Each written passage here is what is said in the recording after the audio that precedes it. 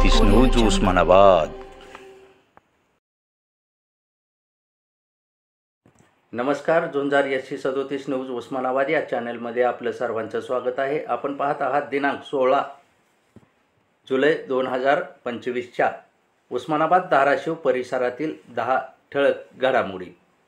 बेंबळी येथील डॉक्टर सुधीर झिंगाडे यांच्या चुकीच्या उपचारामुळे इजा पोचलेला आकाश गोरोबा चव्हाण यांनी जिल्हा अधिकारी आरोग्य अधिकारी यांच्याकडे तक्रार दाखल केली आणि तक्रारीनंतरही कारवाई न झाल्यास आमरण उपोषण करणार असल्याचाही दिला इशारा।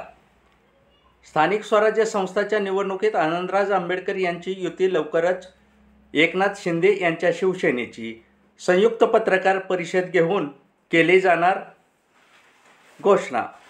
तुळजापूर पोलीस स्टेशनच्या जवळच नाकावर टिचून केली धाडसी चोरी।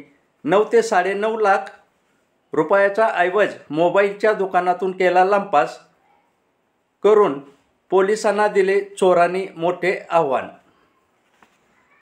राज्यात शेतकरी यांच्याकरिता कृषी समृद्धी योजना सुरू। अल्पदरात पीक विमा या योजनेत भांडवली गुंतवणूक व पायाभूत सोयी सुविधा निर्माण करण्यावर दिला जाईल भर। कृषी मंत्री माणिकराव कोकाटे यांनी केली घोषणा। शालेय पोषण आहारात दिल्या जाणाऱ्या मिलेट बारचे वितरण रोखले। निकृष्ट दर्जा आळ्या असणारे चॉकलेट आढळून आलेले वितरण रोखण्यात आले, पण कंपनीवर कारवाई करण्यास जिल्हा परिषद शिक्षण विभागाची टाळाटाळ। जिल्हा परिषद व पंचायत समिती व ग्रामपंचायत निवडणुकीचे वारे वाहू लागले। बैठका, जनसंपर्क, इच्छुकांचा वावर, बॅनरबाजीमुळे होणार ग्रामपंचायतच्या महसूल वाढण्यास होणार मदत। ग्रामसेवक, तलाठी, मंडळ अधिकारी यांनी लक्ष देण्याची गरज।